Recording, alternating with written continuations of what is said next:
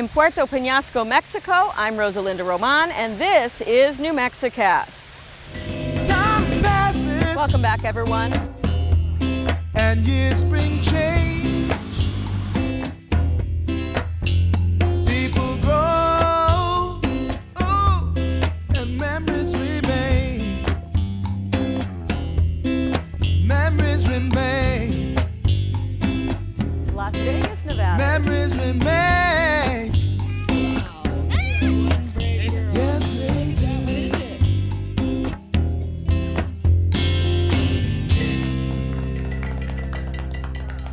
Hello and welcome to Season 2 of New Mexicast, the enchanting weekly TV show which features interesting people and places in New Mexico and beyond. Now, if you are new to New Mexicast, you may be wondering what just happened. I was just a moment ago on the beach in Mexico with pretty short hair, and here I am now overlooking the forest in New Mexico with considerably longer hair. Well, I probably should explain. My name is Rosa Linda Román, and I'm a former mainstream television news anchor and reporter, and now I create New Mexicast as an independent reporter in between my most important job of raising 3 awesome kids. We are a very active, traveling family, and this is a one-woman band, which means everything you see here on New Mexicast is created by me. That means that sometimes when I shoot a story, it takes a little while for it to show up on this show. But rest assured, even though the hair is a little longer and the kids are a little older, the stories are just as enchanting as ever. We begin Season 2 with a 4-part series south of the border. We're going to head to Rocky Point, or Puerto Peñasco, Mexico, where some volunteers are building homes and changing lives. Welcome back to New Mexicast, everyone. Puerto Peñasco, to many Americans, is known as Rocky Point. It's a popular spring break spot because of its easy driving distance from Tucson, Phoenix, San Diego, and southern New Mexico. But those of us who love coming here often do so with mixed emotions because of the poverty in the surrounding areas. Well, rather than avoid this beautiful place, we met up with some folks who actually are doing what they can to make a difference here. This high-quality New Mexicast story is brought to you by... Where are we going? To the dentist. What's the name of the dentist? Is it Dr. Riachi? Yeah. For as long as my children have had teeth, and in fact long before my children ever existed, Dr. Galina Riachi has been our family dentist. Yep, we're gonna look in your mouth. You wanna do that? Well, have a seat with your And once you visit Dr. Riachi and her exceptional team at ABQ Dentists, you will understand why. Ready? Open big.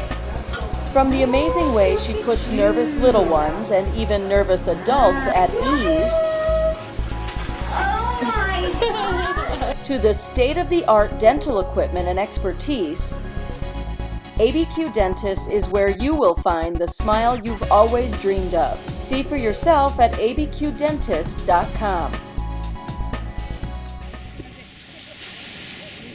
Best friends since they were even younger than 2-year-old Samuel, Arizona and New Mexico residents Don Marshall and Nathan Goldfine have been meeting in Puerto Peñasco, Mexico for family vacations for decades.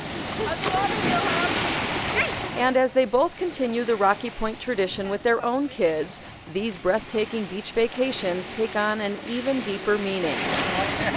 Because with maturity comes awareness, so that the carefree fun in the sun isn't quite enough anymore.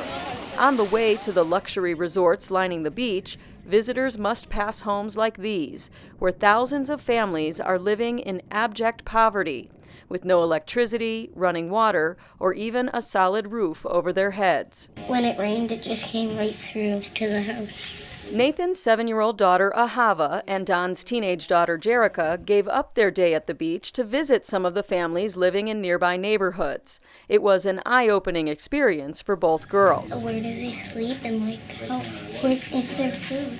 Where what? Where did they get food from? Like where's the kitchen? Yeah. Where did they get food from? Makes you worry about how they live that way, huh? Mm-hmm. Yeah. For several years now, the tourism that once sustained these communities has taken a terrible hit. partly due to the downturn in the U.S. economy and partly due to fears about drug-related violence in Mexico. Did you hear warnings before you came down? Were your friends like, oh, are you crazy? Oh yeah, but I love it down here. I don't, like my dad was saying on our ride down here, there's places in South Tucson that I wouldn't want to go more than I'd want to come here, So you feel like it's pretty safe? Oh yeah.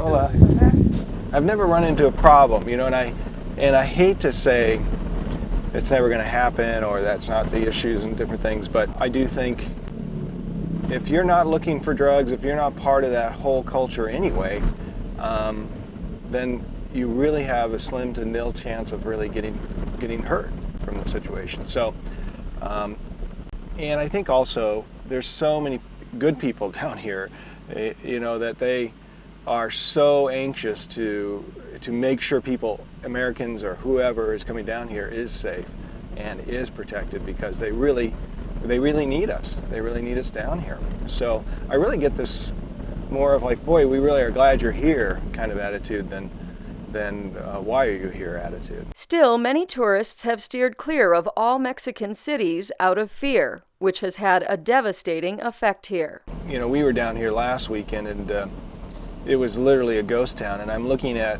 here we are now down here during spring break, and yes, it's busier, but not anything like a typical spring break would be.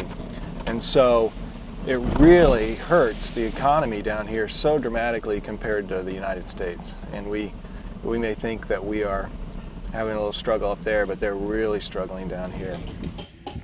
Which is why Don and many other Americans are creating new family traditions of service, donating food and clothing and even building homes to give back to a community that has given them so much over the years. But being a tourist doesn't necessarily give well-meaning foreigners like Don an understanding of what the community's needs really are, and there are plenty of stories of donations being misused. Down here, obviously, so much of it is based on trust. I mean, you have to find people you can trust and that hey, if we get this stuff to these people, will it get to the people that need it? Don connected with a Phoenix-based organization called i6Eight, which helps match people willing to help with the locals who need it most. By bringing together dozens of volunteers for what can be called radical service projects, i6Eight has already built 10 homes for local families, with more home-building trips in the near future. It's a beautiful job. Peñasco resident Tony Valenzuela works with i6Eight to help steer donations to families in need. Sus manos. i6Eight recently built this house for Celia Luna, her husband, and their 3 daughters. From the front doorstep in, the difference they are making is obvious. This is just made by USB. That's what we use in 2x4s, and we build these kind of houses in 3 days. So the groups come in, they conform maybe about 25 or 32 people, more or less, and they come and work together just for one purpose, to help the family to live better. So before they live in this area here. When you step inside the old home, you can immediately understand why the new home feels like paradise for Celia and her family. I think that they've improved a lot. So you can see that people coming together to build that house. Do you think it made a big difference for that family? And for Tony, that's the most important part of what they are doing here, turning a seemingly hopeless situation into a community full of hope for the future. And this is for the kids, because we want a better future. It's like you say, sometimes you give the fish, but you not teach to catch. Every time it's going to wait for just you give the fish. That's what you teach. They become part of the solution. That's right. It's not just come and do this. It's just be a part of that. So we are so close from our community. And my heart sometimes hurts what happened. And I want to have everything to help, but if you don't have the tools to do it, the same. You can go fishing if you don't have those pole, you can't do nothing, right? Just swimming. Which is why volunteers like Don are putting their own fears aside and trying to live up to the i6Eight name, which is a reference to Isaiah 6:8, which says, "Here I am, send me." Sometimes the need seems so overwhelming that you're like, oh, you just kind of give up, or you feel like I can't do enough, or I can't do everything, and you can't do everything. The point is you can do something, so do something. And that's kind of my thought on the whole issue of what we're doing here, is that I look at it and I go, you look at this community and the needs here and all that, and you think, what can I do? And you just step forward and you say, I'm going to do something, and you start there. Perhaps not what most people think of when they are planning a beach vacation, but an experience that will certainly last longer than a tan. In Puerto Peñasco, Mexico, for New Mexicast, I'm Rosa Linda Román. And coming up on a future episode of New Mexicast, we're going to actually tag along with one of those crews as they're working to build homes and make a difference in people's lives here. And we'll also share with you how you can also make a difference. Thanks so much for supporting New Mexicast. I'm Rosa Linda Román. And the great thing about New Mexicast, the TV show, is that you don't have to wait for a future episode for part 2 of this series. Coming up after the break, we will have part 2 of the Rocky Point Service Project series. And we also close out every show of New Mexicast with bloopers and outtakes. They seem to be pretty popular, so you want to stick around for that. Here's a little preview. Don't go away. Gracias. Muchas gracias a ustedes. Can you shake her hand? Cuando gusten venir a mi casa. Muchas Las puertas de mi casa están abiertas. I won't get video of that. He turned off his microphone, I hope. No video. Why won't you? Because that's the bathroom. Some volunteers are building homes and making a real difference. Okay, something like that.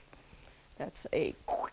I have a friend, and this is funny, because I say when it's raining, it's the only time that I take a shower. I say, why? Because my house is leaking. I just put it over there and just take a shower. That's funny thing. News anchor and reporter, and now I am much more. 3, 2, 1. Areas because it's easy driving distance to San Diego, Tucson, Phoenix, and a crying baby. Oh. Are you sad because you're missing the gator?